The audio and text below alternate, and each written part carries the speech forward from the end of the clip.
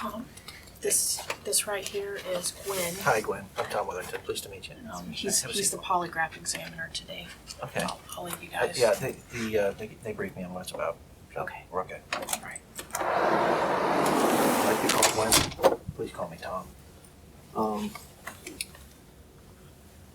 Okay. Yeah, I've been pretty much briefed, and I've been looking over the report for a second time. I got here a little while ago, but basically what we're doing is and I'm terribly sorry for the situation we're in. But what we're doing is clearing you and your mom from any suspicion.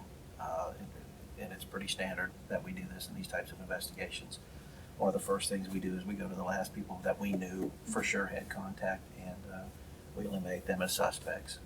My role here as a polygraph examiner today is to help you say, not only did Gwen have nothing to do with his death, Gwen is not the kind of person who would have something to do with his death, okay?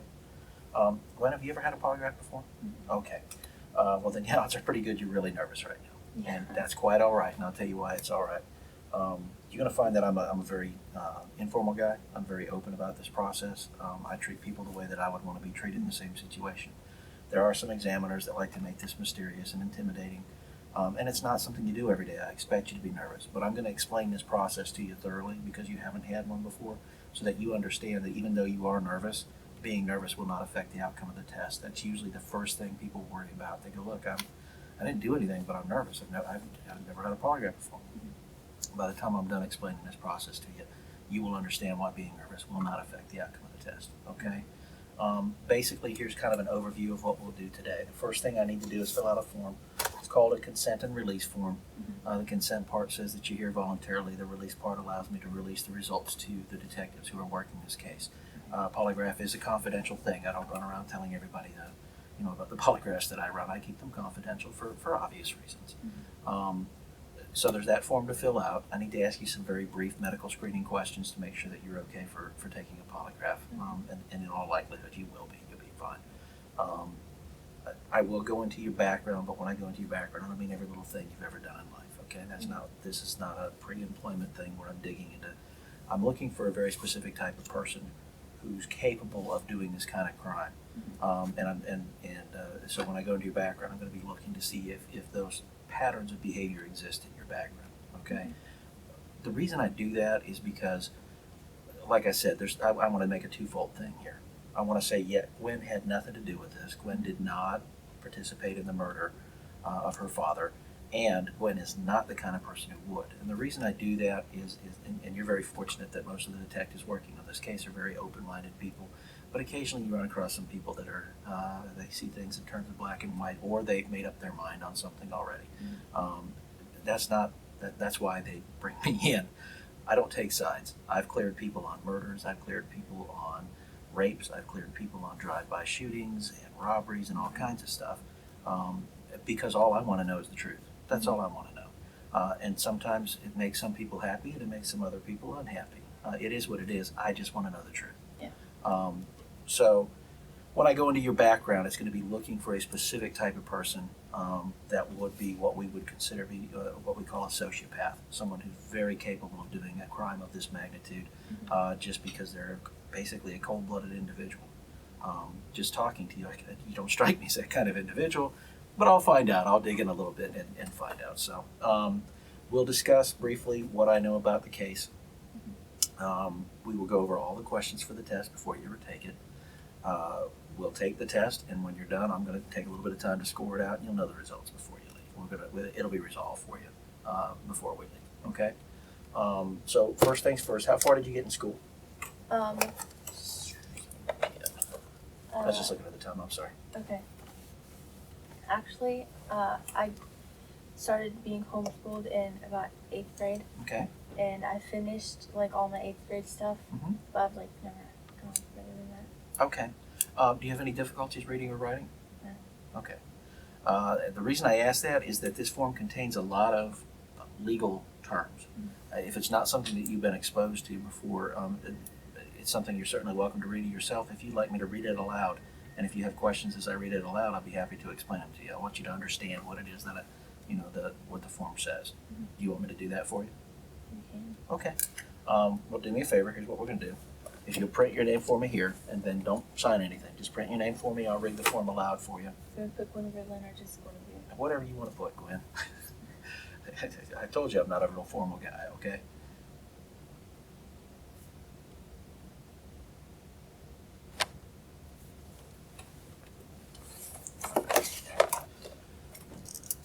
And how do you pronounce your last name? Hudnall? Okay. I feel bad. I wanted to say Hudnall, and I was like, that doesn't sound Hudnall. Gotcha, okay. It says, I, Guenevere Hudnall, hereby voluntarily and without duress submit to a polygraph examination to be administered by Tom Witherton, polygraph examiner for the Alachua County Sheriff's Office. I hereby release the Alachua County Sheriff's Office and the examiner from all claims resulting from or arising out of this examination, and authorize any lawful release of the same. I was advised that I cannot be forced or coerced in any way or any manner to submit to this examination by anyone or be required to answer any questions. Do you understand it so far? Mm-hmm. Okay. To the best of my knowledge at this time, I have no physical or mental conditions which would prevent me from taking this examination. I have been fully and fairly advised that this examination and/or interview concerns the death of William Hudnall. This examination may include discussion of criminal activity. Regarding such questions, I understand that I have the right to remain silent and that anything I say can be used in evidence against me in a court of law. I have the right to an attorney, and if I cannot afford to retain one, one will be appointed, and that I have the right to talk to such attorney before saying anything or taking this examination. And if I decide to answer questions now and waive my rights to first talk with an attorney, I will have the right to stop answering at any time. Being fully aware and understanding what my rights are, I knowingly and voluntarily waive my foregoing rights and hereby consent and agree to this examination. Absolutely no threats, promises of reward or immunity, coercion, or inducements of any kind have been made or offered to me. Do you agree with that statement? Mm-hmm. Okay. Do me a favor, sign here where it says person being examined. Now you will see that there's a paragraph under that. It's for after the examination is over. Basically, it says I treated you well, explained the process to you, didn't ask surprise questions, anything of that nature, okay? But we'll cover that whenever we're done down there. And you do understand, and I know when people say, oh, I have the right to remain silent. Okay, this is not TV. I'm not here to arrest you, but in order for me to ask you questions about possible or alleged participation in a homicide, you need to know what your rights are. That's why that's on that form, okay? Okay. All right. Let me ask the medical screening questions real quick. All right, requester. Sandra Myers. How much sleep did you get last night, roughly? Probably about 10 or so hours. Okay. Is that what's normal for you, or is it? It's probably normal. That's about normal for you? I like to sleep a lot. Well, I tell you, I wish I could sleep 10 hours. Have you had breakfast today? No. Did you have lunch today? No. You haven't eaten today? No. Okay, well, I'll get you out of here as quick as I can, okay? Never had a polygraph before, that's fine. Have you ever been arrested before? No. Okay, so I didn't think you had. But I didn't have a lot of time to dig into it. Are you currently taking any medication? No. Any illegal drugs in the last 24 hours? No. Any alcoholic beverages in the last 24 hours? You're too young for that, aren't you? Yes. Yeah, that's what I thought. Doesn't mean you haven't had them, just asking. Currently consulting with a psychiatrist or a psychologist? No. Do you have any history of heart or respiratory problems, breathing problems? No. Okay, any general health problems, diabetes, asthma, anything like that? No. Have you been admitted to a hospital in the last 2 years? No. Have you had a medical exam in the last 2 years? No. Are you pregnant, or is there a possibility you can be pregnant? No. Okay. Well, the reason I ask that, I know that I'm not trying to offend you. The reason I have to ask that is if you are, or you might be, we have to get a doctor's waiver for you to take the test. It's just one of the things that we do. Mm-hmm. Are you crazy? Are you No. crazy? Maybe hear voices in your head? No. Nothing like, okay. Okay. You can probably get through this test just fine then today. I will tell you my physical demands for you today will be that you try to sit as still as you can during the test, and that you don't fall asleep. If you do those two things for me, I'll get you through this, okay? Okay. This is the part where I get into your background and understand. I'm trying to be very delicate because I know that this is it, and I'm not sure of what your relationship was with your father. It's my understanding you guys were not living together. How long has it been that you've not lived with him? Probably about 10 or 11 months. Okay. And I hate to ask, how close were you to your father? Not close. Not close? Okay, well, that's an honest answer. That's okay. And that's what I expect is honesty today, because I'm going to be honest with you about how this works. Mm-hmm. Whenever I've done these kind of tests, I told you basically I'm running 2 tests in one. It's real easy for me to test and just say, did you do it, or did you participate in any way, whatever the case may be. That's not always satisfactory to some people, especially when you start getting extended family members. That's it. So I run 2 tests in one, and it makes it much easier for us then. Not that we'll release the results to them, but if they want to question when you pass the test and they want to say, we want the results. If you authorize me to release the results and talk about the test to them, I'll be happy to do it. And then I'll say, look, not only did she not do it, she's not the kind of person who would. Mm-hmm. I test to make sure that we didn't have somebody sitting in this chair who has those sociopathic tendencies for a cold-blooded criminal, who would be capable of doing something like this in cold blood. And so that's why I look into people's backgrounds. Now understand, when I say the word sociopath, that's not a psychopath. A psychopath is someone who's crazy. Okay? A sociopath is someone who doesn't have a set moral code. All right? In other words, they weren't raised to believe, in right and wrong. And even if they were, they didn't care. They adjust their behavior, based on the situation. They may behave one way with a group of people in a nightclub on Friday night, and very differently in church with a different group of people. And they don't have any problems with that whatsoever. So what I'm going to do is I'm going to ask you some questions about your background, particularly when it comes to the type of person that would be capable of doing this if this were an in cold blood sort of thing.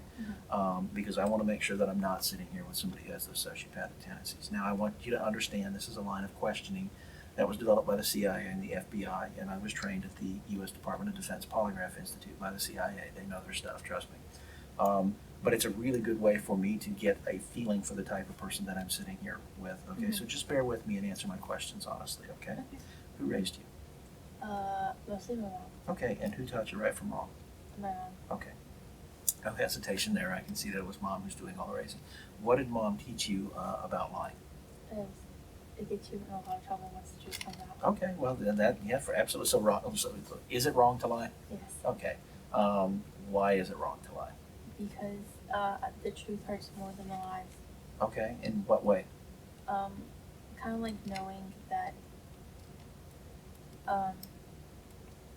like the person isn't worth telling the truth, or like you're scared of being like in trouble or something. Okay. Let me ask you this: who trusts you most in life right now? I don't know. Hopefully a lot of people. Well, in your immediate circle, in your day-to-day life, who is it who trusts you most in life right now? Probably have to be my mom. Okay. If you were to go and lie to your mom today and she found out that you lied, what would happen?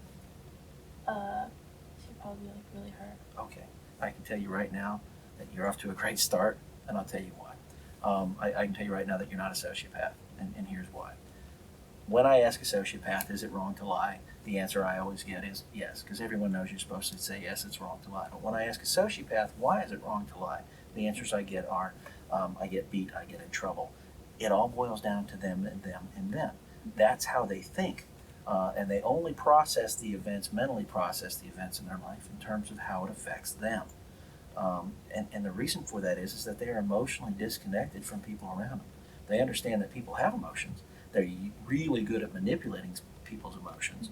And they can mimic and pretend and do what they need as long as they're getting something out of it.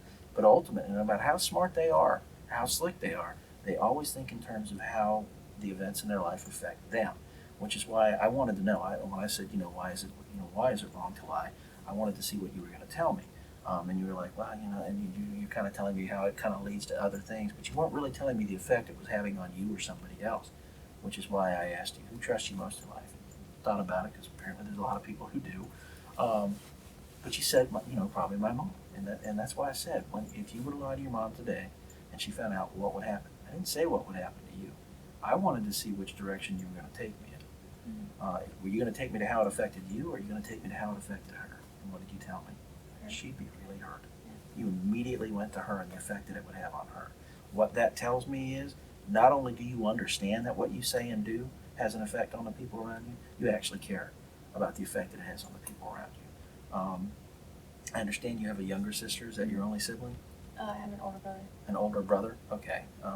So you're a middle child? Oh man, I'm sorry. I'm sorry. I'm the youngest of 6, so I know I'm the spoiled baby. I know I'm lucky. I am. I get it. Trust me, I do. I know. And I've got 2 kids, and I know that the older kids usually have it very tough. But if you've got 3, the middle kid really has it hard. They really have it hard. I understand some of what it is you had to bear growing up with. So like I said, you're off to a good start. Now, and I understand when I talk about lies today, I'm not, everybody's lied. I get that. I understand that. But when I talk about lies today, I'm not talking about lies you may have told when you were very young. Okay, because psychologists say around the age of 6 or 7, girls develop an understanding of the impact of a lie on other people.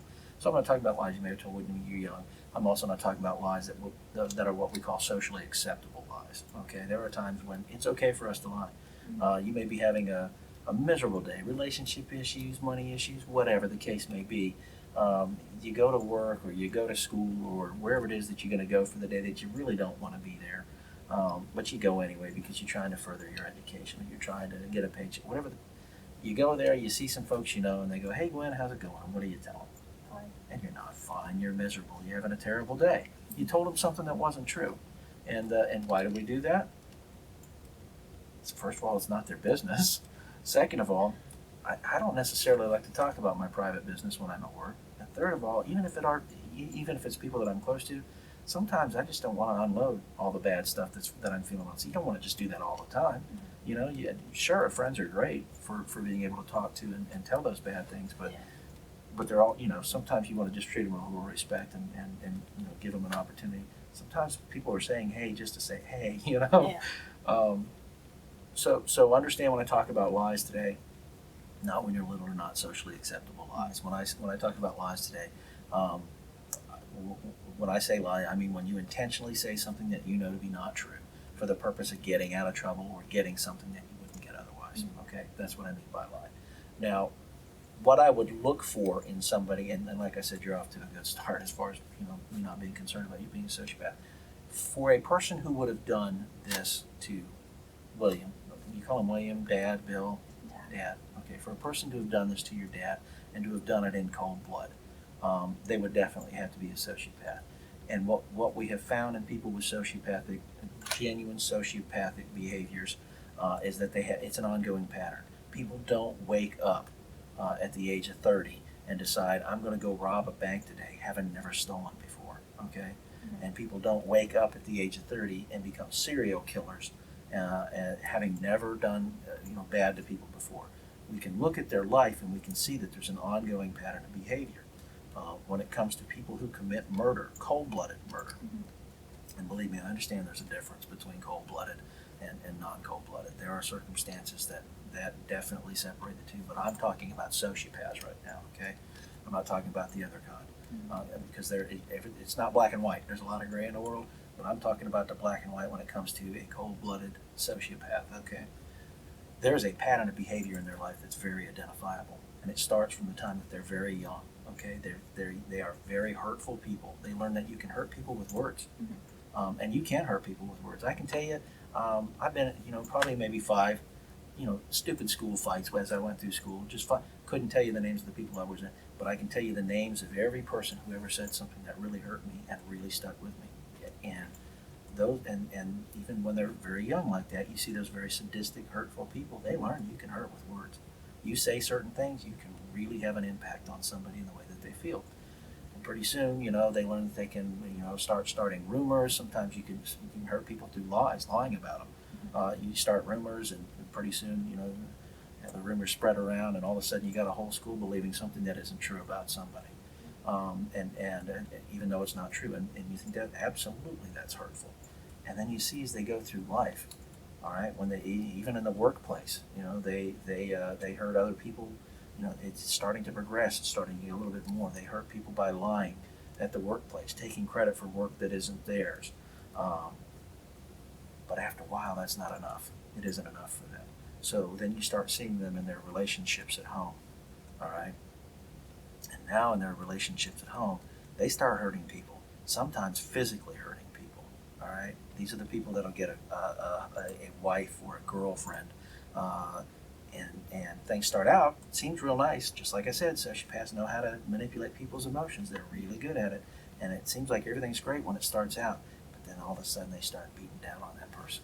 They start telling them how they're worthless. They start telling them how they can't do anything right. They start telling them, that if it wasn't for them, that woman wouldn't even exist or have a reason to exist. And then it starts becoming physical, and it progresses. And sometimes it goes from strict hitting, physical abuse, and then it'll progress to sexual abuse. And you start seeing this progression in their life. That it gets worse and worse and worse until it finally reaches a point where they don't get anything out of that physical and sexual abuse of the people that are closest to them in life. Pretty soon they start moving up, and that's when they move up to the stage where they actually kill people. It's that power and control that they enjoy over other human beings. That's what they truly enjoy out of life, is power and control over other people. And they're very manipulative, very hateful human beings that can put on a smile to the world, and the people who aren't in that little close group around them have no idea what kind of person they really are.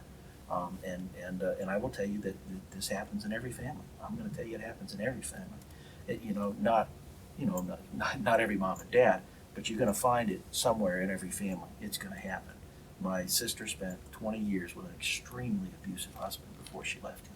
She was scared to death to leave that man because he told her repeatedly, "You ever tell anybody, I'm not just going to kill you, I'm going to kill our son. I'm going to kill your brothers. I'm going to kill your father. I'm going to kill." She believed it. And so she stayed with this guy who was extremely abusive to her for a really long time before she finally got the courage to grab her son and literally leave everything she owned behind to get away from that guy. Has he progressed to the point where he's murdering people? No, not yet. Does he have that potential? Absolutely he does. But as long as he's got power and control over the new woman in his life, he may not have to come to that. So that when I talk about hurtful behavior, I'm going to talk about your life. Understand that I'm not talking just about physical behavior. I'm talking about words. Words hurt. Hands hurt. Things we do to people and lie about people, that hurts. In your household, what did your mom allow and not allow as far as hurtful behavior between the kids? No lying, no hitting. Right. Well, unfortunately, we had 5 boys in my house. So my dad, if hitting started, and I do remember one time when my 2 oldest brothers got into it, he just opened the front door of the house and said, "Get out in the front yard. I don't want you breaking things in my house." And he just had enough, and they went out and rolled around the front yard. They were, like in their early teens. It wasn't like they were going to hurt each other, but he understood. My dad understood that sometimes people are going to do the occasional thing like that, but if you go to seriously and intend to hurt somebody who trusts you, you'll hurt anybody. And what he saw were my 2 oldest brothers basically wrestling in the yard like a couple of idiot teenagers. They weren't throwing punches. They weren't hitting each other with bats or anything like that. If they had, certainly he would have stepped in. But we knew as a family, in the way that we were raised, you just didn't cross a certain line. We called each other names now and then, but there was a lot of apologies afterwards. And it wasn't anything really serious because my dad understood when you breach that trust with people, it's really hard to get it back, if not impossible to get it back. School. How'd you do in school? I did pretty good except for math. Okay. I was failing math. I hate math and science. Anyway, that's a different. My daughter loves them both. My daughter's, I don't know. A little 10-year-old genius. She brings her math homework home for me to check, and sometimes I have to go, "Honey, why don't you go watch TV for a little bit?" And I'm flipping through the book trying to figure out if she's right or wrong, grading her homework. She's smarter than me when it comes to math. If I were to go back and talk to the kids you went to school with before you were homeschooled and the teachers that had you before you were homeschooled, what would they tell me as far as being able to trust you? And were you a hurtful person? Were you one of those people that was spreading rumors or lies about people? Mm-hmm. No? Were you ever getting in schoolyard fights or anything like that? No. Any of that nonsense like that? No. All what would they? School, I've never gone referral. I've never been sent to Excellent. Excellent. Jobs. Have you had jobs before? Never had a job? Thank you, lucky stars. I'm desperately looking now. Well, it doesn't mean that you haven't worked. I'm going to tell you this right now. You babysit a younger kid, and even though you get paid for it, it may not technically be a job. That's work. And it also means that you're trusted, that your family trusts you in being able to do that. If I were to go and talk to your mom, what would you tell me as far as being able to trust you in the way that you behave around your older brother and your younger sister? Did she have to worry about you guys fighting? Mm-hmm. Was it so? All right, so you never did any of that kind of nonsense. Perfect. I am so totally, absolutely not worried about you being a sociopath, okay? So with that in mind, let me just go ahead and talk real quick about this case. And I know, and I was told, because I got called a couple hours ago to come in, so I've been here for about an hour. I know a lot of the details, and I'm not going to make you go through this entire thing again. Basically, I want to cover what I've been told as far as what has occurred. And I'm going to limit it strictly to the death of your father. So please bear with me if it gets, I'm not going to try to be overly graphic, but I want to walk through the steps of what we know, especially from the autopsy today, to have occurred, okay? Dad was hit multiple times with a pickaxe, okay, on his head and on his chest. And from what I've been told, more than likely it's the head trauma that caused him to die. The chest trauma was not necessarily the cause of death, but it was definitely the hits to the head. And the weapon that was used was left there. Basically what happened was somebody had to pick up that pickaxe while he was lying in bed, and they had to hit him and hit him and hit him. I can't remember how many times they told me, like 7 times in the head and about 10 times on the chest. So it was somebody who was very angry and very passionate about this, or it's a cold-blooded serial killer, okay? So whoever was doing this, like I said, it's either a cold-blooded serial killer, which is that sociopath that I'm definitely very scared of being on the loose, or this was somebody who was very passionate and very upset for whatever reason. It's your dad. That is what caused his death, that we know. So when I start asking you questions about that man, I'm talking about your dad. And when I start talking about his death, I'm talking about the death of your father and nobody else, okay?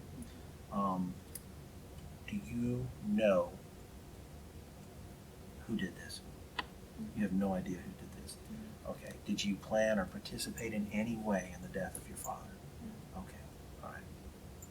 That's what I needed to know. With that in mind, let me tell you what this stuff is, okay? How it works and why being nervous will not affect the outcome of the test. All right, you can stand up, turn around, look around, Gwen. Gwen, I'm going to attach several different types of components to you, okay? The first one's called a pneumograph chest assembly. That's very fancy words for a tube that stretches, okay? I'm going to put one on your abdomen, one on your upper chest, and they'll attach behind you with this beaded chain, okay? All these do is record your respiration, your breathing, and your upper body movement, which is why I ask you to try to sit still during the test. I'm one of those people that likes to gesture, but when you're taking a test, sit real still for me, okay? Don't be like me moving around a lot. Next thing I'll attach to you is called an electrodermal sensor assembly, okay? Absolutely, I'm going to put on one of the fingers of one of your hands. They don't deliver shocks. It's not like the movies. All these do is record your sweat gland activity, okay? You can go see again. The last thing that I'll attach to you, Gwen, is called a cardio cuff. Some people call it a blood pressure cuff. I'm not going to take your blood pressure today, but I will use that to record your heart rate, how fast it's beating, and your blood volume or your blood output. They all attach in that nice little gray box there called a data acquisition subsystem. All that does is translate all that physiological data coming off your body into digital stuff, so I can record it right here on my laptop, okay? That's where I picked the tube up and stretched it and moved it, okay? Now, the reason that we use these particular components, Gwen, is they're a great way of recording what happens inside the human body when the autonomic nervous system is activated. Some people call it the automatic nervous system, and they call it that is because it happens automatically. We don't have to think about it. It's built in there for us. And it gets activated when our mind is afraid of something. When our mind says, I'm afraid of something, our bodies are designed, beautifully designed. And I see from your shirt that you're wearing, you're a Christian, is that correct? Yeah. Okay, well then I can speak comfortably with you. I'm a Christian as well. Our bodies are beautifully designed by God to react in one of two ways and within fractions of a second, so that we can do either one of two things: fight whatever that problem is, or get away from that problem as quickly as we possibly can. And whichever we're going to do, if we're going to fight somebody, we got to use our arms and legs and back muscles, or if we're going to try to get away from them, get over a fence and up a tree, which I have not done in a long time, we're going to use those same muscles.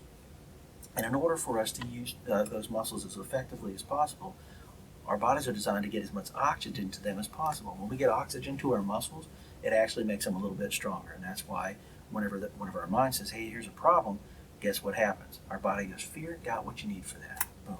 Our heart rate goes up because our bloodstream is what carries oxygen to our muscles. Our breathing changes because we're trying to produce more oxygen and get it out to the muscles. And that creates heat instantly inside your body. And what do we do when we get too hot? No, what do we do when we get too hot? You walk outside on a hot summer day, and what happens? Sweat. Oh yeah, So my hair frizzes. But mine has not frizzed in a while. But what happens is instantly inside your body, when your mind says, "Hey, I'm afraid of something," our bodies are designed within fractions of a second just to go boom. Our heart rate goes up. In other words, we're doing more beats per minute. Our breathing changes because we're producing more oxygen. It creates heat in us instantly. So we go just like this, boom, we just take off. And that sweat gland activity kicks in because we just got really hot inside. Now, when our mind says, hey, this problem's not so much of a problem anymore, or it's gone, we start to come down. Because if we stay up here, it's like jogging a marathon. We're going to burn ourselves out. We can't stay up there forever. Okay? That's what happens when the autonomic nervous system is activated. And it's not something that you can just make happen sitting here in a chair. If I tell you sitting here in a chair doing nothing, raise your heart rate 15 beats per minute, doing nothing, can you do it for me? Because your mind knows there's no need for it.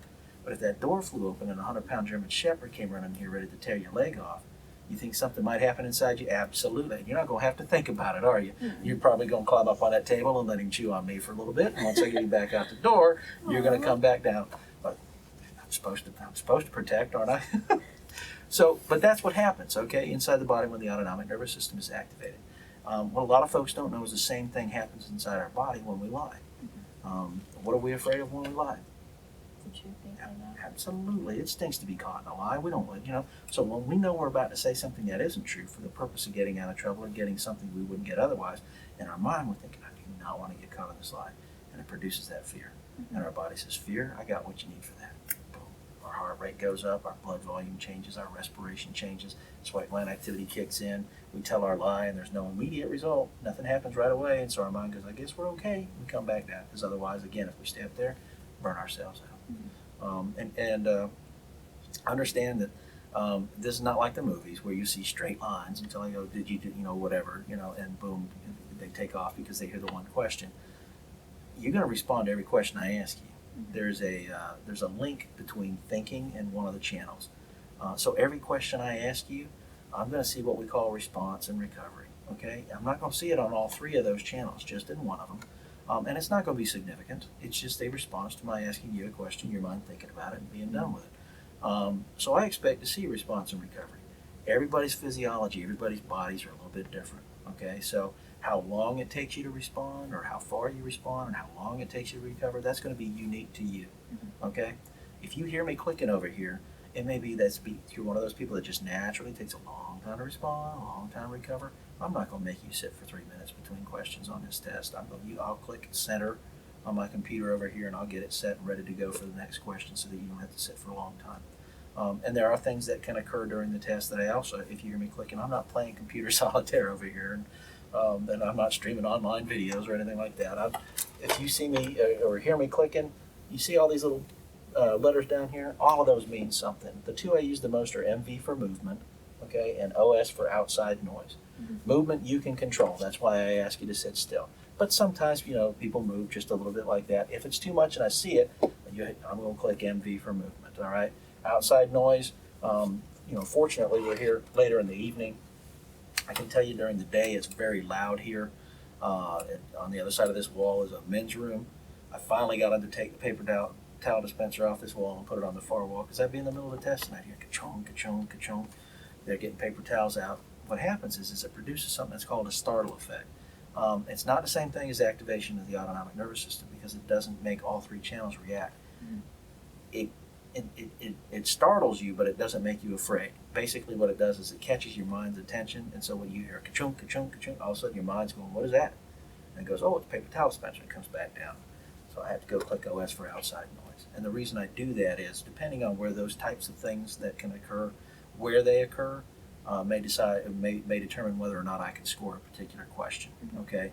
And I also have another examiner look at my charts. It's called quality control. And I do that for a reason, because it's been my experience that if you know someone else is going to be looking at your work, you tend to do it correctly. And so I ask that of the examiners I work with. I quality control their charts, they quality control my charts, and it keeps us all honest and make sure that we're all doing a proper and correct job. So if you hear me clicking, don't freak out. That's what's happening. I'm either making a notation for something that may or may not affect my ability to score that particular question, or I'm just getting you ready for the next question. Nervousness. This is the one thing that I usually get a question on. People go, well, I'm nervous. No, it will not affect the outcome of the test. We actually have a term for it. It's called general nervous tension. Of course you're nervous. This is not something you do every day.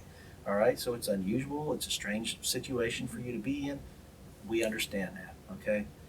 I can tell you right now, the way that you feel inside is very different than the way you felt Monday at the same time. It's very different than the way you'll feel Sunday at the same time. If this is Gwen going along on a normal day, Gwen's about to take a polygraph, okay? I get that. We understand that. Your resting heart rate's going to be higher than normal. Your sweat gland activity is going to be a lot more active than normal. Your breathing's going to be a little different than normal. And I don't care, and I'll tell you why. Because I'm going to set where you're at right now as what we call your baseline. That's your 0 point. Not here. Not where you know where you're at right now. Okay? And I don't compare you to anybody else. There's no national standard. Your physiology is your physiology. Okay? What's happening in your body is unique to you. So I'm going to set what you're feeling with that heightened emotion and tension as your baseline. Now, in order for me to be concerned at all on the test, you're going to have to respond above and beyond, significantly above and beyond what you're already feeling inside in all three of those channels for me to be concerned. Okay? I used to tell people, don't worry. Now I tell them, worry all you want. It will not affect the outcome of the test. Okay? And I told you I have gotten a lot of people through a lot of these tests. Okay? So, do you have any questions on me so far? Okay. Let's go ahead and go over the questions for the test. Now, Gwen, I'm going to ask you several different types of questions. The first types of questions will be the standard. These are what the detectives want to know right now, question. And just answer yes or no based on the question, okay? Regarding the murder of that man, do you intend to answer each question truthfully? Yeah. And when I talk about that man, who am I talking about? Yeah. No other person in the world, okay? Did you participate in any way in the death of that man? No. And I want you to understand what that question means. When I say participate in any way, I mean, did you plan it? Did you do it? After it happened, did you help get rid of evidence? Did you get rid of evidence? Anything like that. That's what participate in any way means, okay? So the answer to that is no? Okay. Did you hit that man with that axe? No. And when I talk about that man, I'm talking about only about your dad. And I'm only talking about the pickaxe that was recovered at the scene that was determined to be the weapon that caused his death, okay? Do you know for sure who hit that man with that axe? No. And there's only 3 ways that you could know for sure. You did it, you saw someone do it, or the person who did it came to you and said, I'm the person who did it. That's the only way that you can know for sure. Yeah. Not do you suspect or do you think. The only way you can know for sure is if you did it, you saw who did it, or the person who did it came to you and said, I did it. Okay? That's why I put in the words for sure in there, so that there's no confusion about what it means. Okay? The next group of questions are the ones that determine whether or not you have the sociopathic tendencies. And speaking with you, I do not think you are a sociopath. But I do have to cover the questions with you in order to ask them on the test, okay? How many questions are there? Not that many. Okay. It looks like a long little scrolly thing, so. Oh, no. It ends right down there. Okay. See there? Okay. Before this year, did you ever hurt anyone who trusted you? No. Excellent. Before 2010, did you ever hurt anyone? No. Excellent. So you never lied on anybody or made up any rumors about people or anything like that. Before January 2011, did you ever think about hurting someone out of anger? Okay, because that's a real sign of a sociopath, someone who actually thinks about it. It's one thing to defend yourself, it's another thing to sit down and think, and out of anger, you're going to go after somebody. Prior to 2011, did you ever lie about hurting anyone? No. And when I say lie about hurting anyone, I mean lie about whether or not you told a rumor, or whether or not you took credit for their work, or any of that stuff. Excellent. The last group of questions are what we call comparison questions. And I told you you're going to respond to every type of question that I ask you. And the reason these are called comparison questions is I will know just by the way that I phrase these questions for sure that you are telling me the truth when you answer these questions. And then I can compare the way you respond to these to the way that you respond to the other types of questions. So that as the chart runs and I see that response and recovery, I can go, okay, this is fine. This is a good, consistent, truthful response pattern for Gwen. Okay? Okay. Are the lights on in this room? Yeah. Are you now sitting down? Yeah. Is today Thursday? Nope, it's Friday, isn't it? Oh, I was about to say no. Nope, Friday. okay, no, I don't want you to lie. Is today Friday? Yes. Are you in Gainesville? I think so. You are. You're in Okay, Gainesville. yeah. You're at the Alachua County Sheriff's Office, Gainesville, Florida. And I can independently confirm you're telling me the truth when you answer yes to those questions. So like I said, I can compare them to the other types of questions. Those will be the only questions you'll hear for the test. Okay. Now, I'm not going to tell them to you that in that order. I move them around and I randomize them intentionally to avoid what we call anticipatory responding. I also have to ask them enough times that I'm comfortable doing what's called a scoring analysis, okay? It's quiet here, so it'll probably be fewer times than I normally do during the regular daytime tests that I run. But I'll let you know whenever it is that I think I've collected enough. And again, if you sit still for me and don't move around too much and there's not too many outside noises like that mystery giant bump in the ceiling there, if that doesn't happen too often during the test, I can get you through in fewer charts than during normal daytime testing, okay? I'll tell you what, since you've not had a test before, I'm going to run a one-chart test with you that's called an acquaintance test. It's not part of the scoring process, but it's designed to basically get you acquainted with the process and be acquainted with your physiology, and I'll describe it in a little bit more detail in just a second. Pick a number between 3 and 8, that not including 3 or 8. You can tell me what it is. 6. 6. Write the number 6 for me real large on this piece of paper, please. Really large? Mm-hmm. Yeah, I'm not going to use this paper for anything else. I'm glad you asked, because I had a guy in here one time. I said, he goes 6, and I said, write it large. He's up in the corner. I goes, oh, glad I didn't ask you to write it small for me. Okay. Go ahead and have a seat for me in the chair.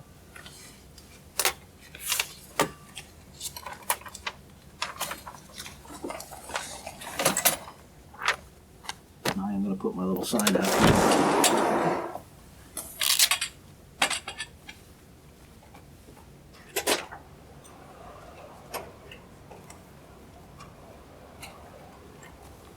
Cleaning crew.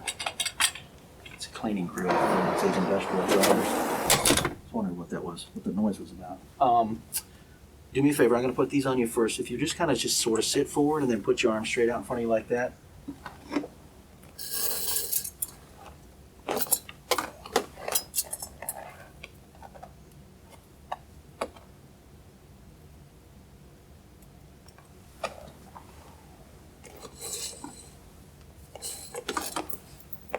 Lift your left arm from me. There you go.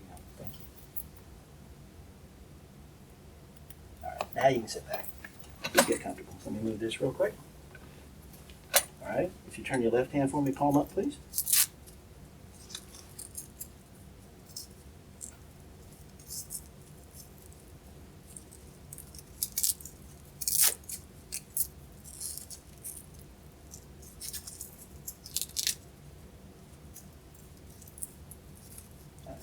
You put that hand for me, palm down. Just kind of, if you don't mind, just back it away from the edge. Back it up. Like this way? Yeah, I just don't want the fingertips right by the edge. People have a natural tendency to want to grip. Yeah. It's natural. If we do that, we like to grip before we're near the edge. What happens is if you do that, though, that causes a lot of movement in this. Too much movement, and I just lose the signal. I can't score the question at all. Okay? All right. Lift your right hand for me, palm up.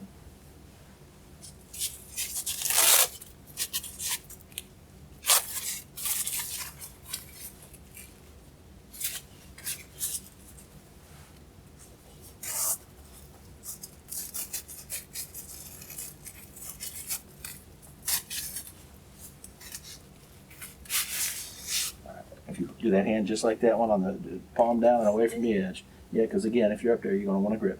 Now, the way you're sitting is fine. Just keep your feet flat on the thing like that. Just keep your hands like this. You're like me. You like to say yes and no. Try to minimize the head movement there. Try not to move around too much. Keep your eyes open for me, but just keep your head still.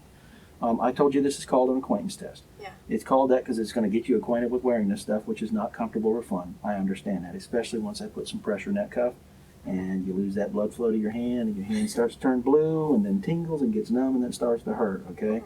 There are no permanent effects from this thing, and I will give you a break between charts by taking the pressure out so you can get some blood back in the hand, okay? So it'll get you used to wearing this stuff. It'll get you accustomed to what it sounds like for me to go through what I now call a series of questions. I used to say chart, but I don't print anymore. I don't need to. It's all digital. So a series of questions from start to finish, what it sounds like, what it feels like to go through a series of questions, okay? I like this test, though, because it also gets me acquainted with your physiology. And I do that because I am going to see what it looks like inside your body when you lie. All right, because when I ask you, did you write the number 6? I want you to lie to me. I want you to say no. Okay, and we're agreeing up front, just on this test, you're allowed to lie to me. Okay? Okay. In fact, I want you to. When I say, did you write the number 6? Your answer is no. That's what I want you to say. Because I'm going to ask you a series of questions revolving around this number 6, the one that you wrote, and I want your answer for every one of these questions on just this test to be no. Because I'm going to say, regarding the number that you wrote, did you write the number 3? Okay. No. Did you write the number 4? No. Did you write the number 5? No. Did you write the number 6? No. Did you write the number 7? No. Did you write the number 8? No. Okay. Now you can see what this test does for me. It gives me an opportunity to see what it looks like inside your body when you're telling me the truth, and what it looks like inside your body when you're lying to me. So it gets me acquainted with your physiology. Okay? Now, the way every chart will go before I ever start, the last thing that I'll do is I'll put pressure in that cuff, and then I'm going to lean over the desk and do what's called massaging the cuff. That's to get a good distribution of air through it so I get a decent reading over there. And then I'll say this, the test is about to begin. Please remain still. Once I say that, sit still just like you're doing. The only words that should come out of your mouth once I say that are yes or no based on the question. In this test, just no. Okay. When I get done asking a series of questions, I'll say this portion of the test is over. Please remain still and quiet while I take the instrument out of operation. Okay? It takes me a couple seconds to play catch up on the laptop. I'll shut that down. I'll take the pressure out of the cuff and get some blood back in that hand. And I'll take a minute or so to move the questions around for the next chart. Okay? Okay. All right.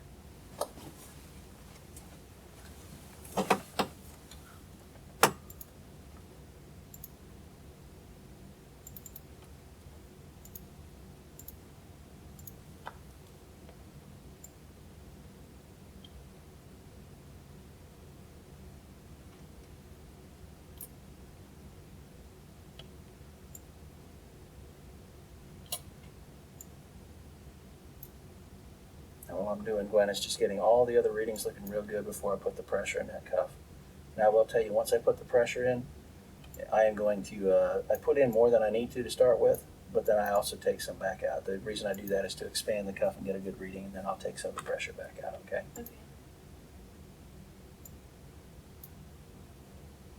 Okay. Okay. Now, again, just on this chart, your answer for every question would be? No. Perfect.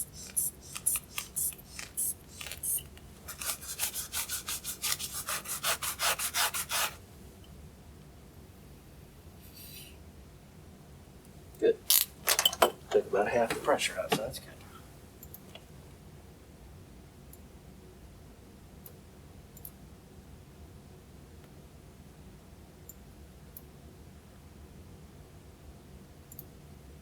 The test is about to begin. Please remain still.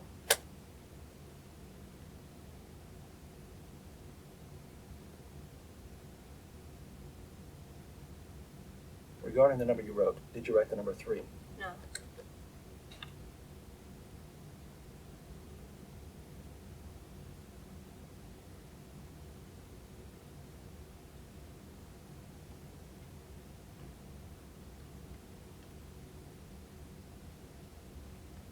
Did you write the number 4? No.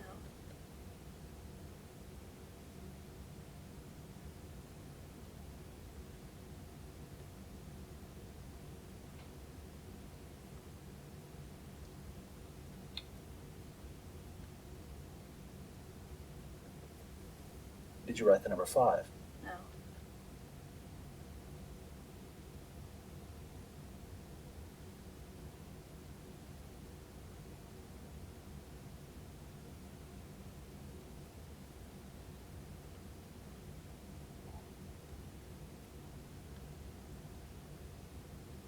Did you write the number 6? No.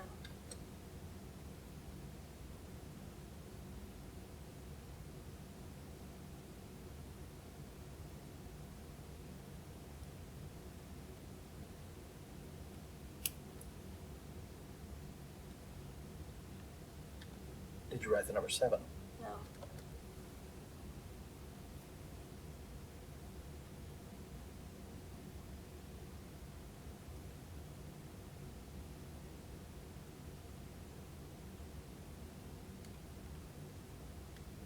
Did you write the number 8? No.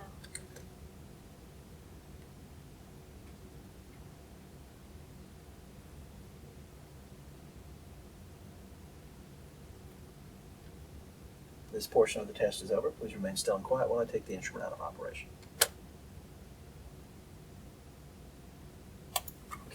can relax.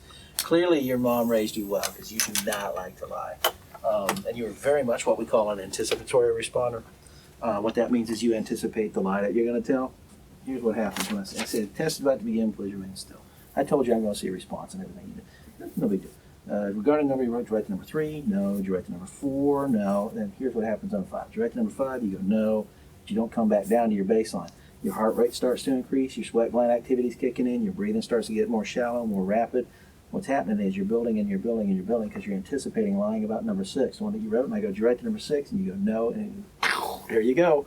All 3 channels just takes off, and almost immediately it's like, all right, I told my stupid lie. And you start coming right back down. I go, you write to number 7? No, you're right back where you belong. You write to number 8? No. So you're a very easy person to read when it comes to polygraph, which is good because you definitely significantly respond when you lie and you don't do anything when you don't. So that's good. That means it'll be very easy for me to score your chart.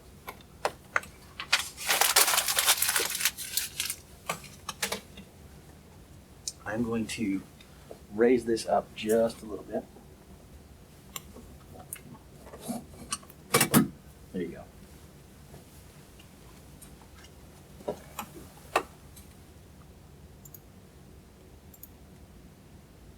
All right. Now the questions that we reviewed, if you want to review them again, we can, but obviously for these you need to say yes or no based on the question. If you want to go over them again, we will. It's up to you. Okay. You ready to take it? Okay.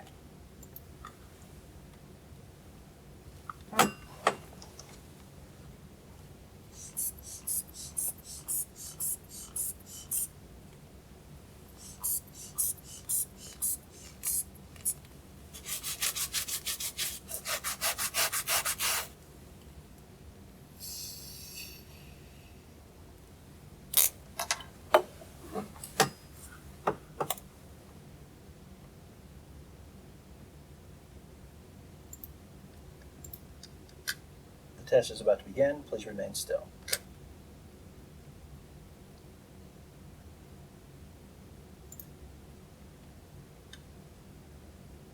Are the lights on in this room? Yes.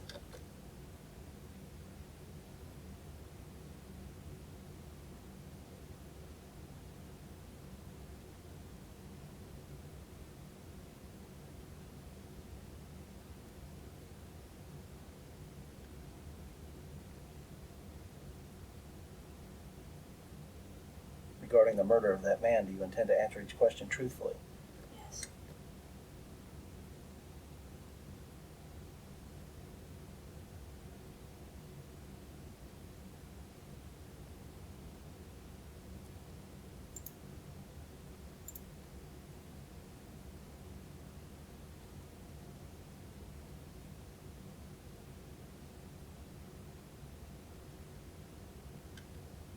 Before 2010, did you ever hurt anyone? No.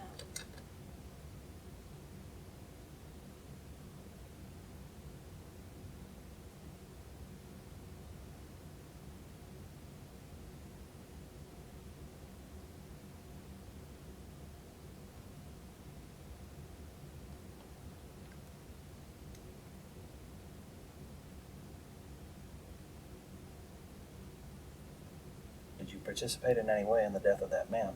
No.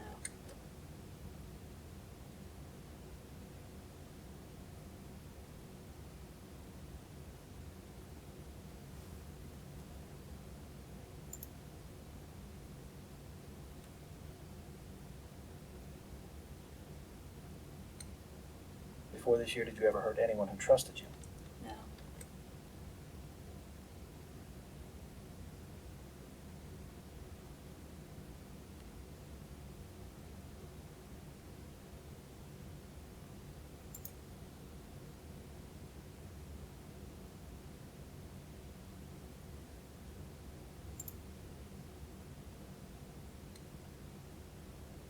Did you hit that man with that axe?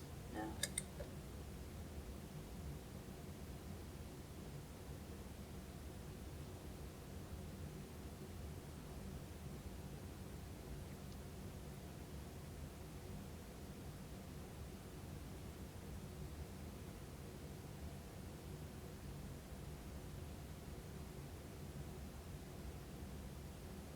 Before January of 2011, did you ever think about hurting someone out of anger? No.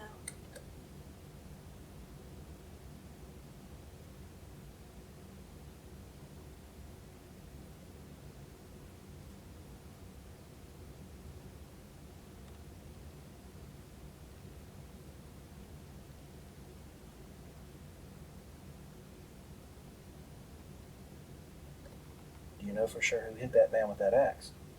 No.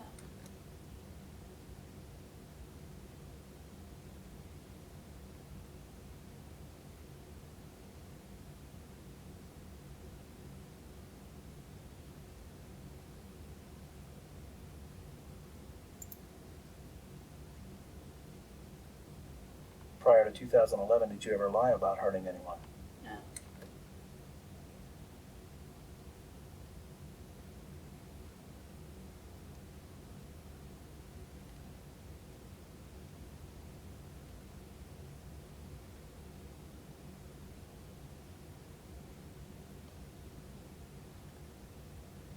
This portion of the test is over. Please remain still and quiet while I take the instrument out of operation.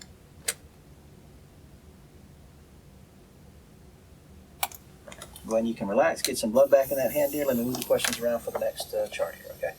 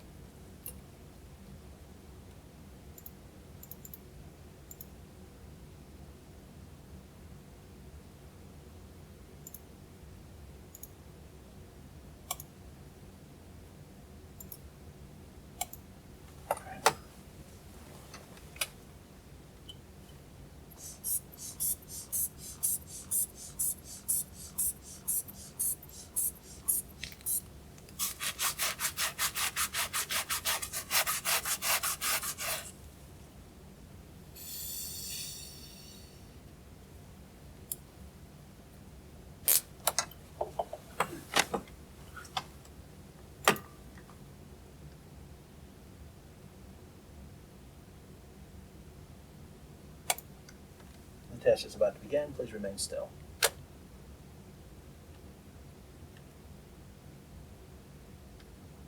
Is today Friday? Yes.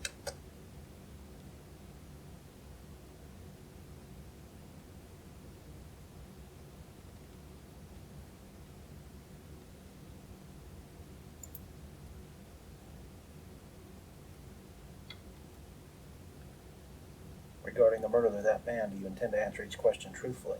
Yes.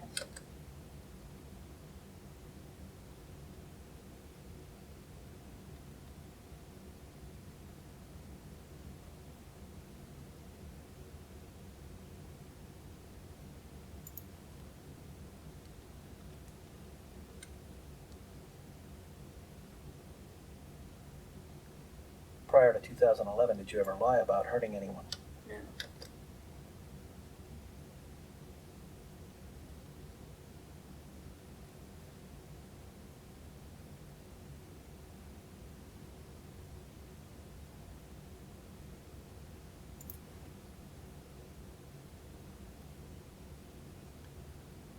Did you participate in any way in the death of that man? No.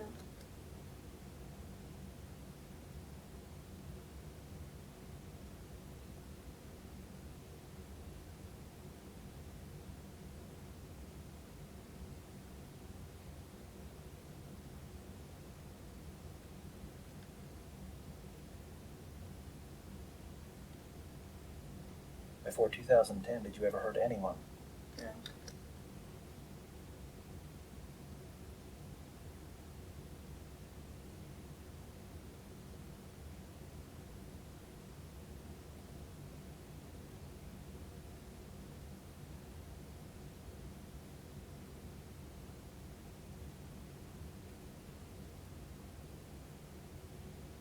Did you hit that man with that axe? No.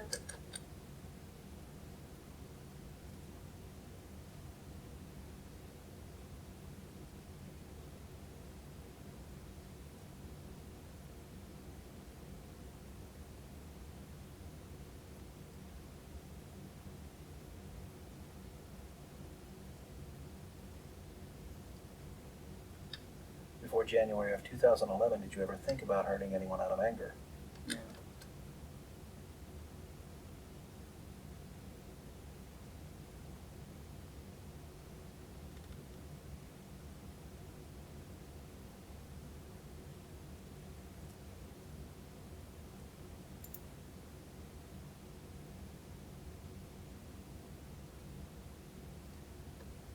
know for sure who hit that man with that axe? No.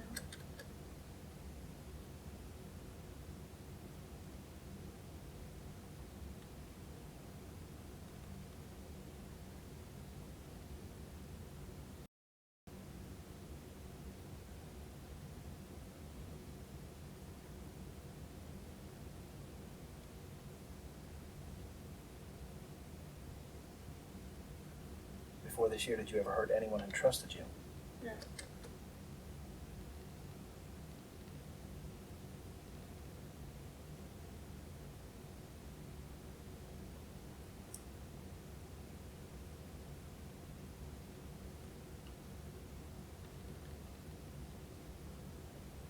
This portion of the test is over. Please remain still and quiet while I take the instrument out of operation.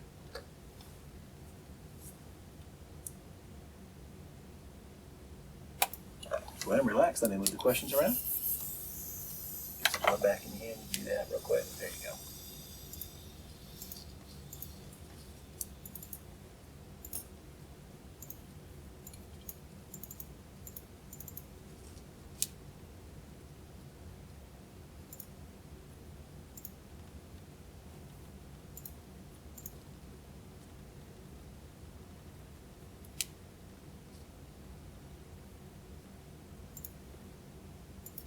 All right.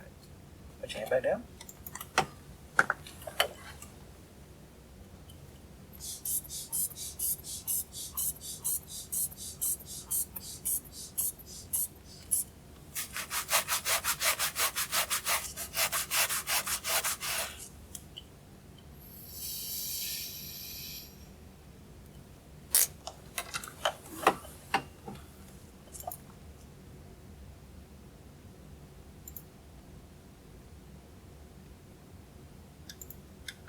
The test is about to begin. Please remain still.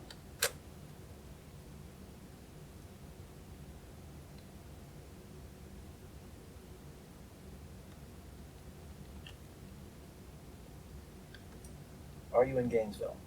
Yes.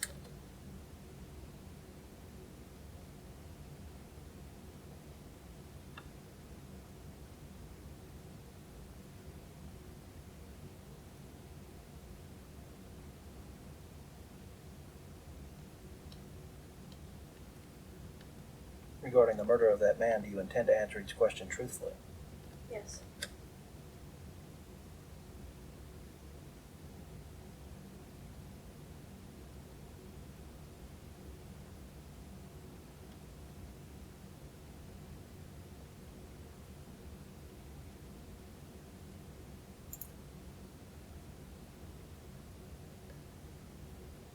Prior to 2011, did you ever lie about hurting anyone? No.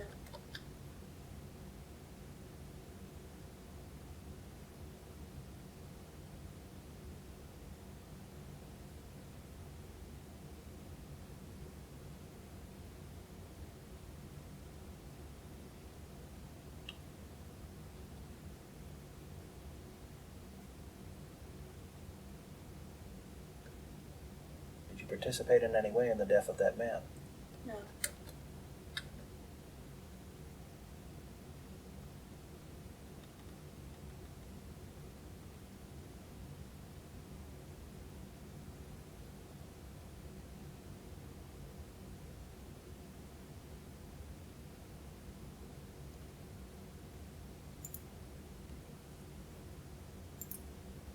Are you now sitting down? Yes.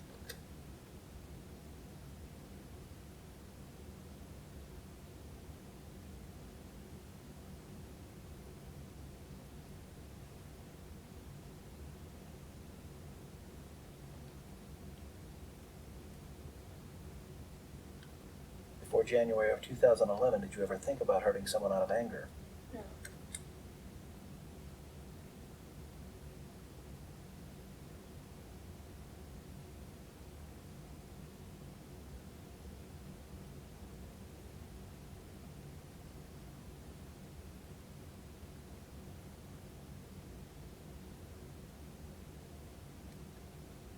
Did you hit that man with that axe? No.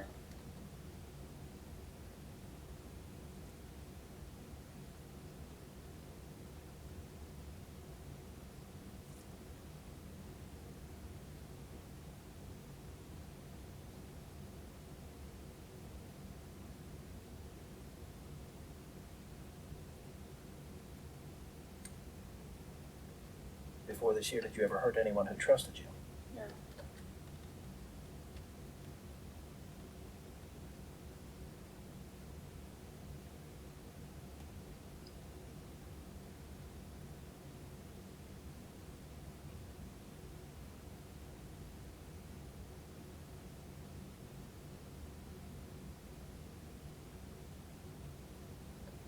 Do you know for sure who hit that man with that axe? No.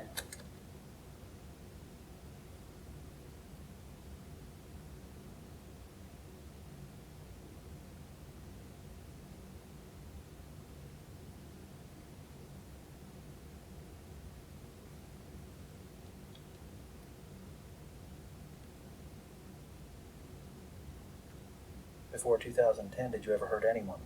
No.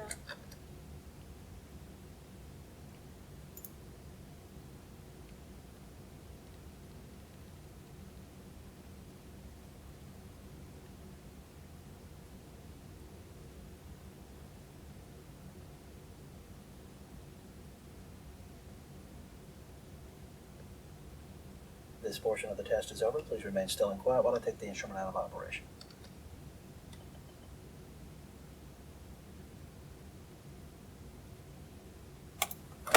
Gwen, I'm pretty sure that's all I'm going to need. So let me go ahead and get that stuff off of you, and then you can sit back down here while I score it, okay? Okay.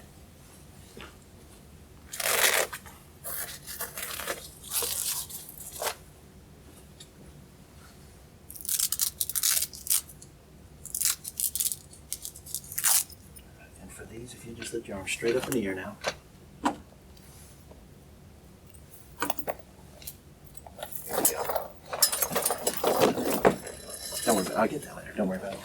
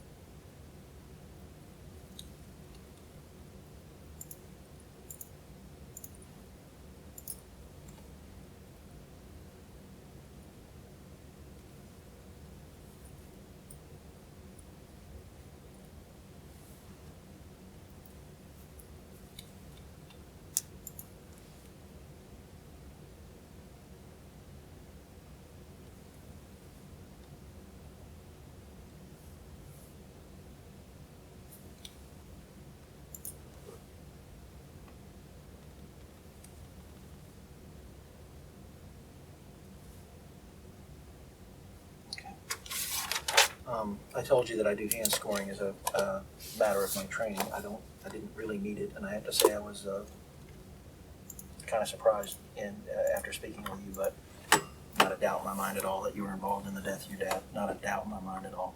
That I am? Absolutely. Absolutely. And here's the thing. Ordinarily what I do in this situation, because there's also no doubt in my mind you're not a sociopath. This was not a cold-blooded killing. That's not what this was. Ordinarily what I do in this situation is I just go to the detectives and I say, you got your person, do what you got to do. But from talking with you and speaking with you, again, I know you're not a sociopath. I determined that when I talked to you beforehand. You're not a type of person that I have to worry about this happening again. Which means that you're not going to be a serial killer. You're not the kind of person, which means there is some really, truly compelling reason why you felt this had to happen. There has to be some truly compelling reason why you felt that it was necessary to do this. I didn't do it. You did do it. I didn't Gwen, do it. I'm going to tell you right now, no doubt in my mind at all, none whatsoever. You didn't even come close to passing this thing. I did the hand scoring as a gesture of kindness to you, okay? Just to make sure I wasn't missing something, just to make sure. I'm going to tell you this right now, not a doubt in my mind you did this. Not a doubt in my mind. Understand where I'm coming from, because this is what you need to understand about how this system works, okay? I am not going to go stand before a judge when this all goes down and swear to him that you have been 100% truthful with me. I understand you're scared. I get that. I get it. But I also told you I'm one of those people that sees a lot of gray in the world, all right? It's not all black and white for me. If it were black and white for me, I'd march you out of this room and be done. And I'd go home having done my job, okay? That's how a lot of people feel. But that, I believe I have to do right by everybody. Does that make any sense? Okay? So I know for a fact that in order for you to have done this, and you did, not a doubt, you did it, but in order for you to have done this, there had to be a truly compelling reason why you felt it was necessary for it to happen. You were either protecting yourself or you were protecting someone else. And if that's the case, I want to know that. Okay? If that's the case, I want to know that. Because I don't for a second believe that you're just a cold-blooded killer. All right? It's not in your history, and in speaking with you, it's not in your past. So you knew, and you were afraid, and you knew for some reason, if you didn't do that, either you were going to get hurt, or someone else was going to get hurt by this man, or something of that nature. And I didn't ask you this. This is a man who's, from what I've been told, excessively abusive. An excessively abusive man. Okay? That's what I've been told about him. And I'm going to tell you what I told you about abusers. I told you about my sister. Did I tell you about my sister that lived with him? For 20 years she put up with this guy doing what he did because he threatened her, and he said, if you tell, I'm going to kill. I'm going to kill. And she believed it. All right? And I'm going to tell you, in her case, he may have. My sister's husband may have, if she had told. But she took her son and ran. And she ran with the one thing that she knew she had to protect right then and there, which was her son. Because that was the first person that he could get to. And then she went and she told the entire family, so we were all ready. And I'm going to tell you, she believed him. And I believed him. And if that's what's happened here, I want to know that. Because this is not a black and white thing. I can tell that from speaking with you.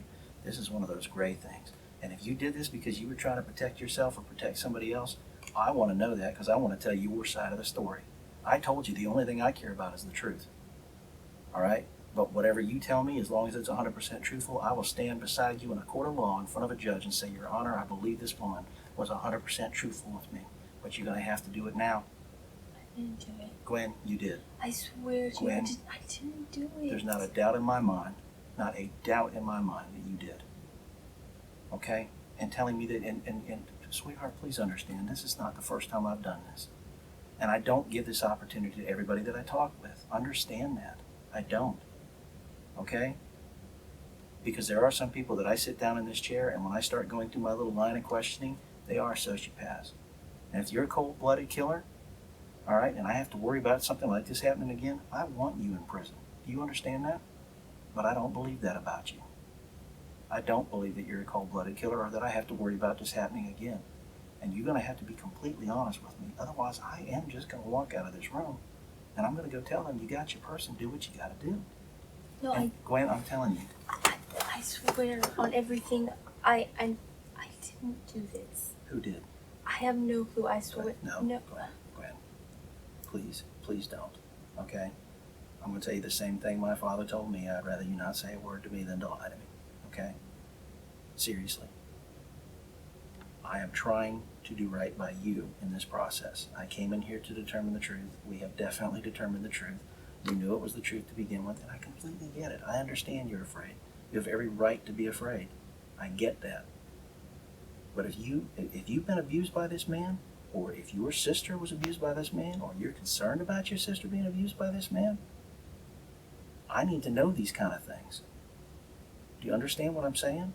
Because that's a very different person than Ted Bundy, serial killer, who goes out there and kills people because he enjoys it. I don't think at all that this was done because it was something you enjoyed. I think it was done because it was something that you absolutely knew you had to do to protect yourself or someone else. And if that's the case, I want to know that. I want to tell your side of the story. But if you're not going to tell me it, I can't go. And I'm going to tell you right now, you don't want to wait till this goes to trial. Because what's it going to look like to a jury and a judge? What's it going to look like to them? If you wait until you come up with some story again, it's just like Casey Anthony, only she's truly a sociopath. That woman murdered her own child out of cold blood because she was just a horrible human being. That's why she's at trial. You know what I'm talking about? This is not a Casey Anthony situation. Absolutely not. But if you wait till this goes to trial, what is a jury going to think when all of a sudden now you come up with a story? I would much rather it come from me, because you tell me, I'm going to make sure I write it down, what you tell me. Because I want your side of the story told, and I want the truth told now. So it doesn't look, when it comes time for a judge to look at this down the road, that now you've come up with this great story or made this thing up. All right? Because what are they going to think? What are they going to think? They're going to think you're a cold-blooded killer who just waited till push came to shove and now you've made up some BS story. And I'm going to tell you that they're not going to get the opportunity to speak with you the way that I have. They're not. And this is why I'm trying to tell you, Gwen. I want to be able to tell your story. All right? It's a huge, I'm going to tell you right now, people understand. This is part of that gray area. I believe it to be a gray area because I don't think for a second you're a serial killer. I don't think I'm going to ever have to worry about this happening again. Am I? Absolutely not. I know I'm not. But let me tell that story so that other people understand that gray, because there's a lot of people out there that think in terms of black and white. Prosecutors, judges. But if I can introduce that gray and I can say, look, it happened, but here's why it happened, and here's why I'm not concerned about it happening again. What do you think is going to look better for you? Okay, I know it's not going to happen again. Because there's no one else in your life who did whatever it was that he was doing to you, was there? Was there? No. Tell me the truth about what he was doing. Tell me why this happened, Gwen. So that I can tell your story. Please. I want to tell you your story. And think who it's going to sound better coming from. Think who is going to be more believable for. 21 years I've been doing this job. I know all the judges. I know all the prosecutors. And they know that I'm true and that I'm honest. Tell me your story so I can go and tell them this is that gray area. Okay? Tell me the truth, Gwen. Tell me the truth. What happened that made you have to do this? I'm curious. Tell me what happened, sweetheart. We were losing everything. Everything. We had nothing. He was in the house? And here he is. He's buying this house. He has plenty of money. He had $6 grand. $6 grand. You know how much he gave us? How much? $400. Our lights were about to be turned off. We have no car insurance. We have nothing. And this is supposed to be someone who's caring for you. Yes. The entire time. He's been married to my mom 20 years. 19th anniversary. Oh, I have 3 other kids besides our 3. 20 years. I don't have any patience for people who don't take care of their kids. I don't either. I've got 2 that I love and that I will care for and that I would do anything for. And I can tell you, I can't imagine what it would be like to have a parent who didn't feel the way that I feel. I can't imagine what that would feel like. I had no choice. I had to do it. I understand that, Gwen. I understand that. I Okay. can't go to jail. Listen to me, Gwen. Listen. This is why I said, tell me your whole story. Don't just say that the guy was a jerk. Tell me specifically, all right? Clearly he's not taking care of you. I get that. Okay? I understand that. What specifically was he doing other than just withholding money? He was threatening to kill people. Who was he threatening to kill? My mom. Why? Because she wouldn't take him back. Okay. Now, I understand that your mom told me that there was a long history of sexual abuse by him. Is that correct? That is correct, isn't it? As far as I know, because Okay. I have no reason to not believe them. I mean, that's what I'm telling you. This is what I'm saying. I want to build as much as I can so that people understand what it is, why it led up to this, so that they don't just see the black and white. This is why I want to tell your story. Do you understand that? Because this will not happen again, will it? No, Because, the first Gwen, I understand. I understand, but you felt that you were in a position where you had to do this because of the pressures that he was putting on you and not caring for his family. Is that right? And all right, so you guys are getting put out of the home you're in right now. And he's got all this money and other properties, and he's not doing anything to care for you guys. And yet I understand he's making phone calls saying you need to do this for me and you need to do that for me, and telling your mom you need to come back to me. And only if you come back to me will I do this for you. There's a reason she left the guy in the first place, isn't there? Isn't there? Absolutely. So tell me what happened that night. What happened that night that was the final straw and all these things that he did that broke that camel's back? Tell me what that final thing was. He said that if Mom didn't take him back, he would have her killed. And did you believe that? Yes. Okay. And so then what happened after he said that? Then he went to bed, and I went to the bathroom, and I just saw the axe laying there on the floor. In the bathroom? Or on his... On the porch. On the porch, okay. And I knew I had to do something. Okay. And that something was to make sure that he wouldn't be able to harm you or your mom. Is that correct? For my sister. Okay. So he was asleep, and then you went into his room, and what happened? Okay. I told you, from what they told me, I knew that this was very much a crime of what we call a crime of passion. Or it was one of the worst cold-blooded killers there were, and you're not a terrible cold-blooded killer, are you? No. You just did what you had to do, and what you thought you had to do to protect your mom. I had to. We had no other choice. Okay. I understand that. Okay. Gwen, listen to me. This is what, don't just tell me that part. Be honest with me about the entire thing. I told you I'm not going to stand beside you and say I believe you're 100% honest with me if you're not 100% honest. Now, obviously your mom is covering for you. That's what parents do. They protect just the same way you were protecting her. I get that, okay? I understand that because I'm sure you told her what happened. I know you told her what happened, didn't you? You had to. She had to know what you guys were going back to. What did you do with the clothing you were wearing? I burned it. Where did you burn it? In the backyard of my house. Okay. And when you say in the backyard, was it in a pit? Did you dig a hole? What happened? In a pot. In a pot? Is the pot still there? Okay.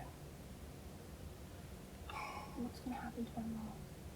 Well, obviously in light of this, I first of all, she needs to know that you were honest and that I understand. She can't go to jail. Listen to me.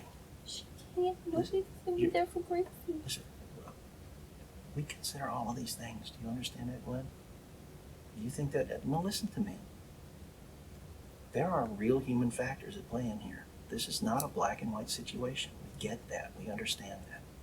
Okay? All right? So obviously we're going to talk to your mom again, and we're going to let her know, that you've been completely honest with us. I talked to her first. Even if somebody else is in the room, I have to Sure. tell her that I told her.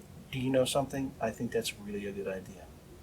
She has to know that. I think that's really a good idea. Let me go get the detectives. Do you want to speak with Sandra Myers again? Detective Myers? Well, tell me who you'd rather speak with. Do you want me there? Detective Myers? Do you want... I don't know. I have to talk to her. Well, I'm going to have someone in the room with you. You know It that. doesn't matter him. You can Okay. be there. Okay. I have to talk to my mom. She can't go to jail. She can't. Before you start jumping to giant conclusions, there's a lot that I'm going to have to relay to the detectives. You understand now, right? So let me go and speak with them. Just sit tight. I'm going to go speak with them.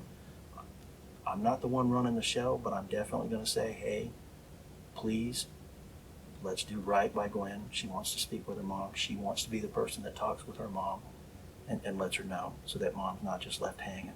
And I think that's fair. I think that's right. So let me go talk with them. And then what we'll probably do is take you to one of our other interview rooms, and then we'll get mom. Is there someone down with Gracie right now? Mom. Just mom?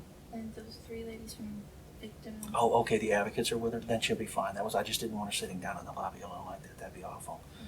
We'll go get When I Mom. came in here, they were with her. Listen, okay. Well, then they're still there, I guarantee you. Let me go get Mom.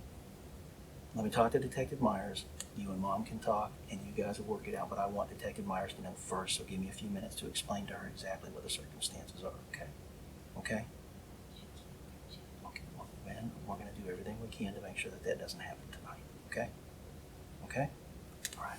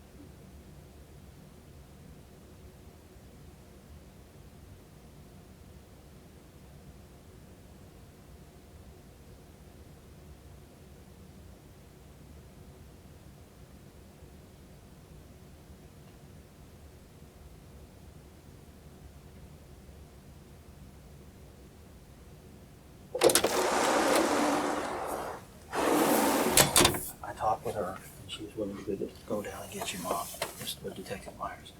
But she wants to know this before she goes and gets your mom. Where was your mom when this happened? At the house. Your She mom was at the there? house in Keystone. Okay. All right, I'm confused. She was there? Were you alone is what I'm asking. Is your mom going to say the same thing? She was not there. Mom was not at the house. Okay, so she had left and gone home to the home. So the only thing that she's done was afterwards protect her daughter and help burn some clothes because she panicked and didn't know what else to do too. Is that correct? That's all she did. Okay, that's what they need to know. You were home alone. You were at the house alone with dad, but mom was up in Keystone. Mm-hmm. And that after you did what you did that you felt that you had to do to protect her, that's when you drove home and told her what happened, and then she just kind of went into mother protection mode and just tried to help you as best she knew how at the time, right? Okay, all right. They're going to go get mom, and they're going to bring mom up, and Detective Myers is going to go in there and sit down and give you the opportunity to talk to mom first, okay? All right? Well, I want to tell you this, and I mean it sincerely. I very much appreciate you being honest with me, and what you told me here today, I'm going to accurately report, okay? So that this doesn't turn into one of those, like I said, black and white situations, because I do believe there's some gray here. So I'm going to make sure that I accurately report what you told me here today, okay? But do me a favor, and because I understand you were scared, of course you were scared because of the situation, but at this point, when it comes to dealing with the detectives, be 100% honest with them, okay? Don't leave out any detail if they ask you. Help them in any way that you can, because that's what you want at this point. You understand? You've been honest with me. Continue to be honest with them, okay? All right. She'll be in to get you in just a minute, okay, Gwen?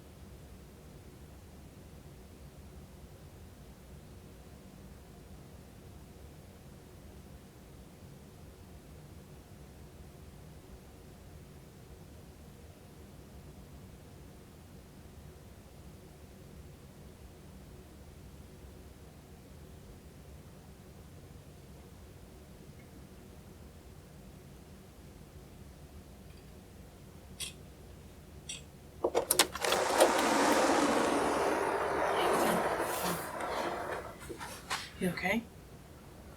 I just talked to Tom. He explained everything to me. I get it. I understand. And I get that you want to talk to your mom. Don't put anything on her. Mom had nothing to do with it. Let's go talk to your mom together. I got her over here. Okay?